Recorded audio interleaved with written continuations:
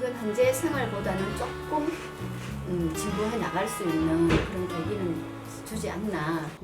일하시는 것이 이제 네. 즐겁다라고 조금 자활급여가 더 올랐으면 노동과 복지가 같이 공존한다라고 저희는 생각하고 말하고 있습니다.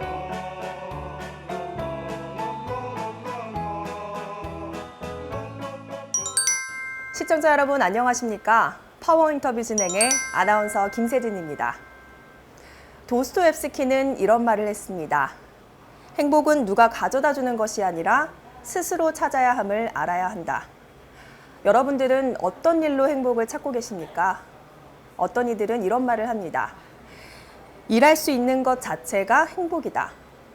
오늘 파워 인터뷰에서는 일로 행복을 찾고 싶은 이들에게 희망을 선물하는 마산 희망지역 자활센터를 소개합니다.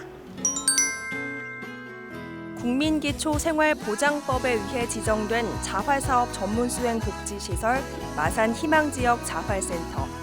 마산 희망센터는 생산과 협동, 나눔 정신에 기반해 저소득층 및 취약계층의 자활과 자립을 지원하며 체계적인 사례 관리를 통해 통합적 복지 서비스가 연계되도록 지원하고 있습니다. 비영리, 민주적 운영과 사회 경제적 가치에 입각해 취약계층의 일자리를 창출하는 한편 더불어 행복하고 지역사회 발전에 기여하는 사회적 협동조합. 오늘 파워 인터뷰에서는 사회적 협동조합 마산 희망지역 자활센터를 소개합니다. 저는 지금 근로능력이 있는 저소득계층이 자활할 수 있도록 돕는 희망의 공간에 나와 있습니다. 바로 마산 희망지역 자활센터인데요. 지금 이 자리에는 최미혜 센터장님 함께하고 계십니다. 안녕하십니까? 안녕하세요.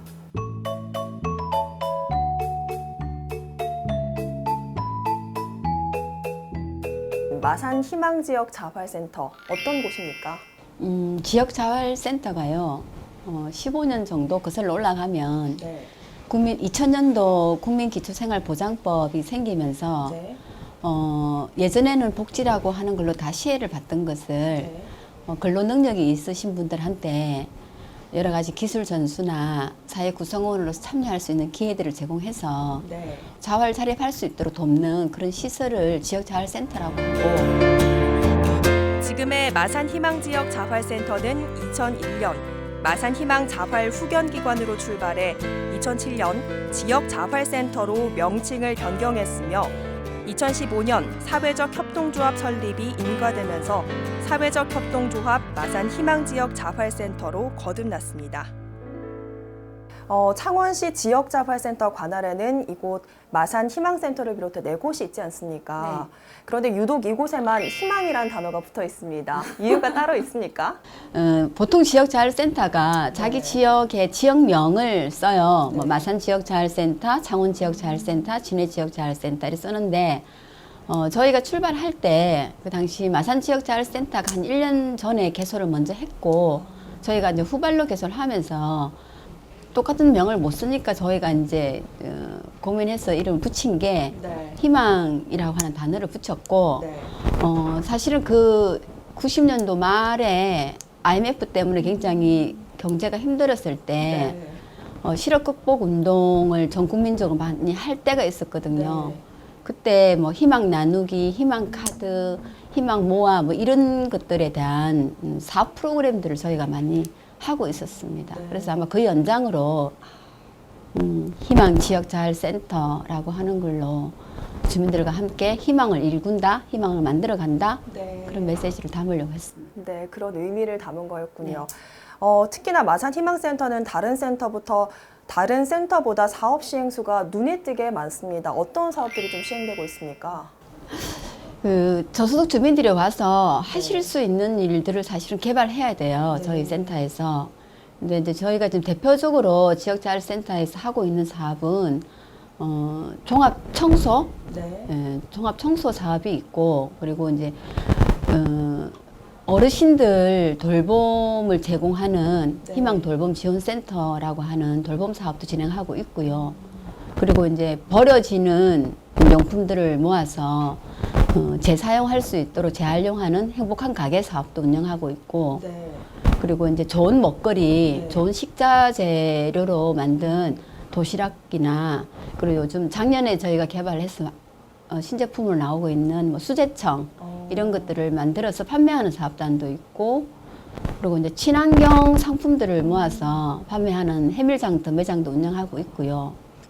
근로가 힘드신 분들을 함께 할 수 있는 그 전자 부품 조립하는 디딤돌 사업도 있고 한 여러 가지를 하고 있는데 다 주민들이 함께 할 수 있을 정도의 일들을 진행하고 있습니다. 네, 참 다양한 사업들이 진행이 되고 있는데 이렇게 소개해 주신 사업들은 성격에 따라 두 가지 유형으로 분류가 되죠. 네. 어떻게 좀 분류가 됩니까? 저희가 이렇게 그 지역자활센터에서 하고 있는 사업을 자활근로사업이라고 하는데요. 일정 기간 동안 이 국가에서 제공하는 자활근로사업을 하시다가 자활을 준비하는 사업인데요. 네.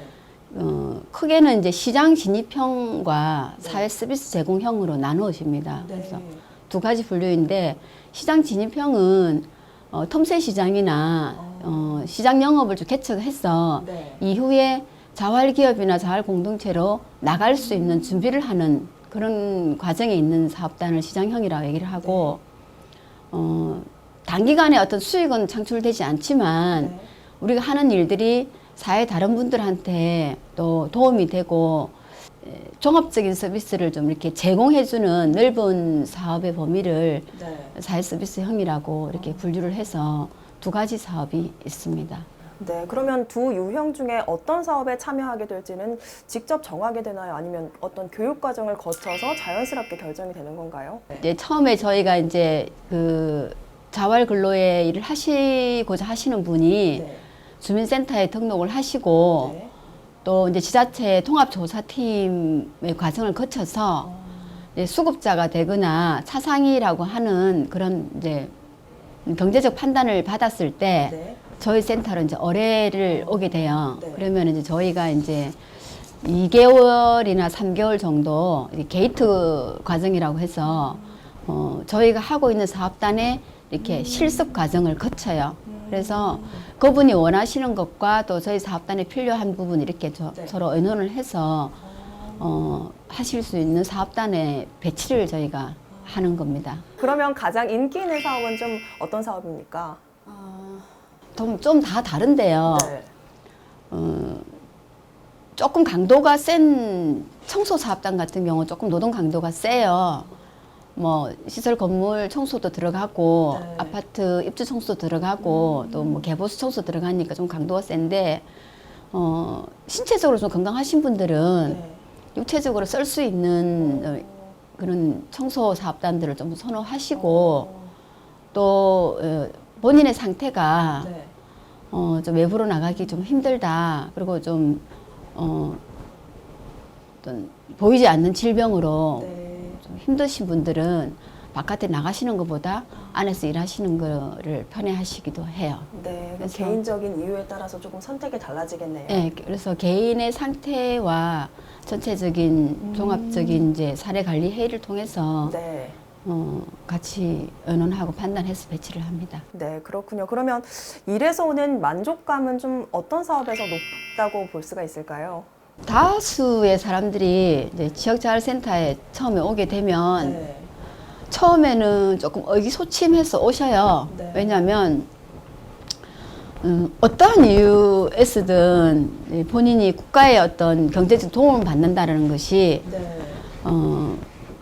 자기 만족감을 높이거나 뭐 흔쾌하거나 조화를 하시지는 않잖아요. 그래서 처음에 센터 오실 때는 조금 의기소침해서 오시는데 또 이제 장기간 또 일을 안 하시다가 이런 9시부터 6시까지 일하는 이런 룰을 따르시다 보면 일하시는 것이 이제 즐겁다라고 얘기하시고 특히나 요즘 같은 경우는 출근하는 곳이 있어서 기쁘다 이런 마음들을 가지시는 분들이 많죠.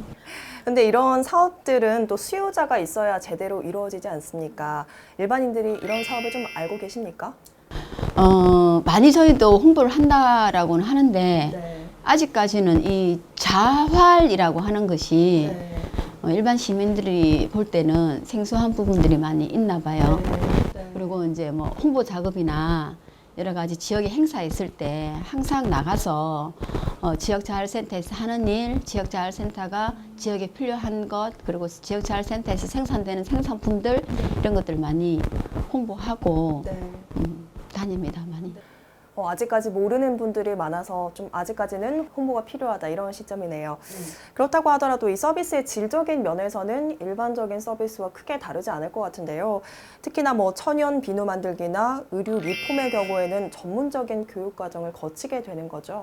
처음부터 잘하는 사람은 없을 거라고 생각합니다. 네. 그래서 처음에 오시면 생소하기는 하나, 그리고 지역에서 이런 교육들을 하는 기관들과 협약해서 일정 기간 동안 교육을 수료하고, 그리고 또 전수를 받을 수 있는 기회들을 제공해가지고 네. 기술들을 계속 향상시키고 있고요. 네. 요즘은 어떤 상품이든 어떤 허가 과정이나 등록 과정들을 거치지 않으면 상품화되지 못하기 때문에 네. 다른 상품보다 훨씬 질이 떨어지거나 낙후되어 있지 않다라는 말씀을 네. 제가 드리고 싶고, 보다 더 반복된 직무 교육들을 통해 가지고 향상시켜 나가는 과정이 자활근로 사업 안에 들어가 있습니다.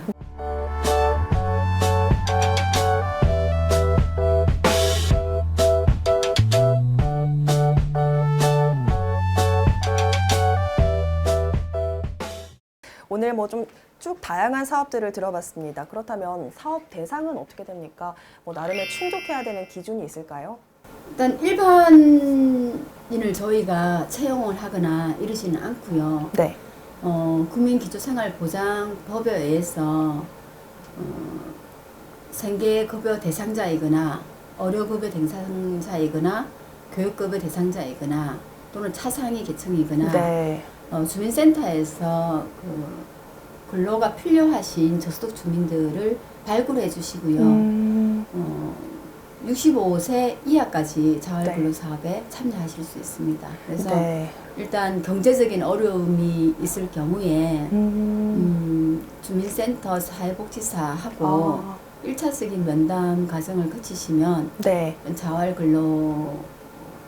자활근로를 아마 소개해 주실 거고 일을 할 수 있는 기회가 본인한테 만들어질 것입니다. 자, 마지막 질문으로 센터장으로서 올해 2017년 마산희망지역 자활센터 어떻게 이끌어 나갈 계획이십니까?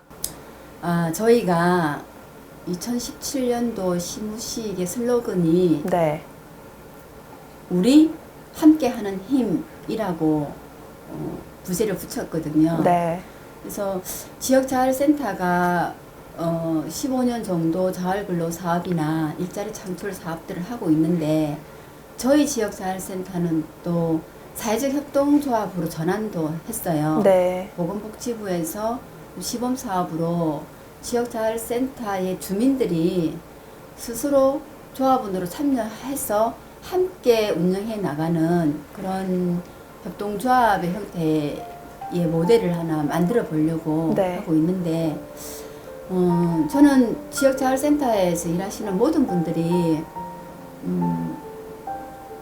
돈은 적게 벌어도 내 일터가 행복하다, 즐겁다 라고 하는 것을 느껴나갈 수 있도록 제공해 주고 싶고, 근데 그것은 이제 저 혼자 힘이 아니라 지역자활센터에서 일하시는 모든 분들이 함께 기여할 수 있는 어떤 구조적인 걸 마련해야 되지 않을까라고 네. 생각을 하고, 협동조합이니까 일하시는 분들이 조합원으로 참여하셔서 운영이나 계획이나 실행이나 이런 것들에 같이 함께 할 수 있는 그런 역할을 가져갔으면 좋겠다라고 네. 생각을 하고요. 네.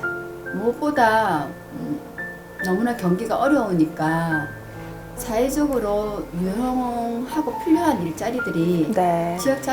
지역자활센터를 통해서 좀 만들어졌으면 좋겠어요. 확대되었으면 좋겠습니다. 네, 올해 말씀해주신 세부적인 계획들 다 이루어졌으면 좋겠다는 바람 가져보면서 오늘 말씀 여기까지 듣겠습니다. 네, 감사합니다. 감사합니다.